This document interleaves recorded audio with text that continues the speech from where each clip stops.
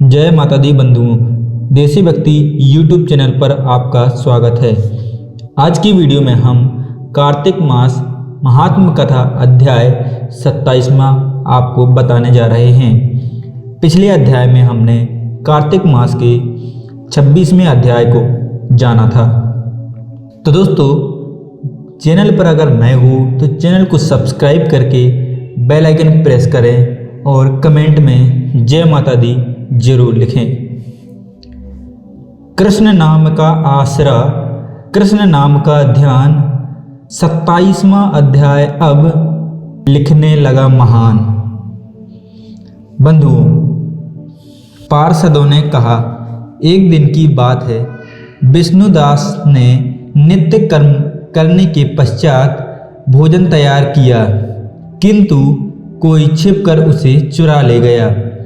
विष्णुदास ने देखा भोजन नहीं है, परंतु उन्होंने दोबारा भोजन नहीं बनाया, क्योंकि ऐसा करने पर सायंकाल की पूजा के लिए उन्हें अवकाश नहीं मिलता। अतः प्रतिदिन के नियम का भंग हो जाने का भय था। दूसरे दिन पुनः उसी समय भोजन बनाकर वे ज्यों ही भगवान विष्णु को भोग अर्पण करने के लिए गए, त्यों ही किसी ने आकर फिर सारा भोजन हड़प लिया। इस प्रकार 7 दिनों तक लगातार कोई उनका भोजन चुरा कर ले जाता रहा। इससे विष्णुदास को बड़ा विस्मय हुआ। वे मन ही मन इस प्रकार विचार करने लगे, अहो, कौन प्रतिदिन मेरी आकर रसोई चुरा ले जाता है? यदि दोबारा रसोई बनाकर भोजन करता हूँ तो सायंकाल की पूजा छूट जाती है। यदि रसोई बनाकर तुरंत ही भोजन कर लेना उचित हो तो मुझसे यह ना होगा, क्योंकि भगवान विष्णु को सब कुछ अर्पण किए बिना कोई भी वैभव भोजन नहीं करता। आज उपवास करते मुझे 7 दिन हो गए हैं। इस प्रकार मैं व्रत में कब तक स्थिर रह सकता हूँ? अच्छा, आज मैं रसोई की भली भांति रक्षा करूँगा। ऐसा निश्चय करके भोजन बनाने के पश्चात वे वहीं कहीं छिपकर खड़े हो गए। इतने में ही उन्हें एक चांडाल दिखाई दिया, जो रसोई का अन्न हर कर जाने के लिए तैयार खड़ा था। भूख के मारे उसका सारा शरीर दुर्बल हो गया था। मुख पर दीनता छा रही थी। शरीर में हाड़ और चाम के सिवा कुछ शेष नहीं बचा था। उसे देखकर श्रेष्ठ ब्राह्मण विष्णुदास का हृदय करुण से भर आया। उन्होंने भोजन चुराने वाले चांडाल की ओर देखकर कहा, भैया, जरा ठहरो ठहरो, क्यों रूखा सूखा खाते हो? यह घी तेल ले लो। इस प्रकार कहते हुए विप्रवर विष्णुदास को आते देख वह चांडाल भय के मारे बड़े वेग से भागा और कुछ ही दूरी पर मूर्छित होकर गिर पड़ा। चांडाल को भयभीत और मूर्छित देखकर द्विज श्रेष्ठ विष्णुदास बड़े वेग से उसके समीप आए और दयावश अपने वस्त्र के छोर से उसको हवा करने लगे। तदंतर जब वह उठकर खड़ा हुआ तब विष्णुदास ने देखा वह चांडाल नहीं बल्कि साक्षात नारायण ही शंख चक्र और गदा धारण किए सामने उपस्थित हैं। अपने प्रभु को प्रत्यक्ष देखकर विष्णुदास सात्विक भावों के वशीभूत हो गए।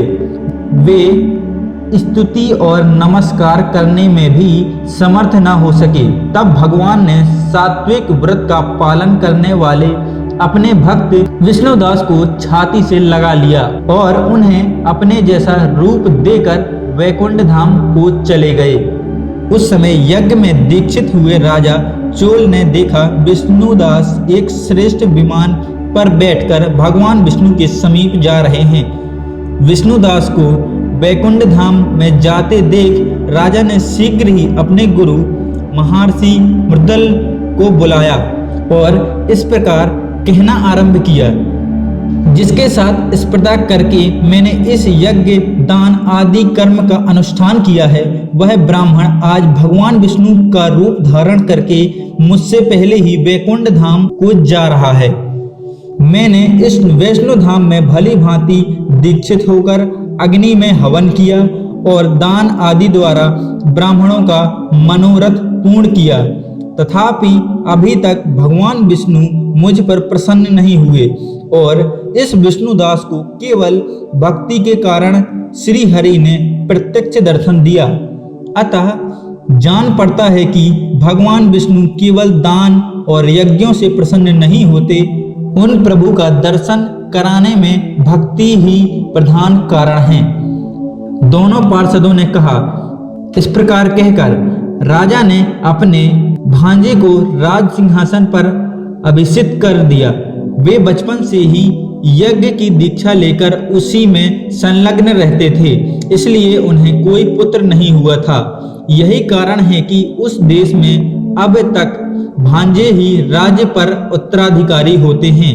भांजे को राज्य देकर राजा यज्ञशाला में गए और यज्ञ कुंड में सामने खड़े होकर भगवान विष्णु को संबोधित करते हुए 3 बार उच्च स्वर से निम्नांकित वचन बोले। भगवान विष्णु, आप मुझे मन, वाणी, शरीर और क्रिया द्वारा होने वाली अविचल भक्ति प्रदान कीजिए। इस प्रकार कहकर वे सबके देखते देखते अग्नि कुंड में ही कूद पड़े। बस उसी क्षण भक्तवत्सल भगवान विष्णु अग्नि कुंड में प्रकट हो गए। उन्होंने राजा को छाती से लगाकर एक श्रेष्ठ विमान में बैठाया और उन्हें अपने साथ लेकर वैकुंठ धाम को प्रस्थान किया। नारद जी बोले, हे राजन, जो विष्णुदास थे वो तो पुण्यशील नाम से प्रसिद्ध भगवान के पार्षद हुए और जो राजा चोल थे उनका नाम सुशील हुआ। इन दोनों को अपने ही समान रूप देकर भगवान लक्ष्मीपति ने अपना द्वारपाल बना लिया। तो बंधुओं, कार्तिक मास महात्म कथा का अध्याय 27वां समाप्त होता है। कल की वीडियो में हम आपको अध्याय 28वां बताएंगे। तो बंधुओं, चैनल को सब्सक्राइब करके बेल आइकन प्रेस करिए। तो बंधुओं, चैनल को सब्सक्राइब करके घंटी वाला बटन जरूर दबाएं और कमेंट में जय माता दी जरूर लिखें। धन्यवाद।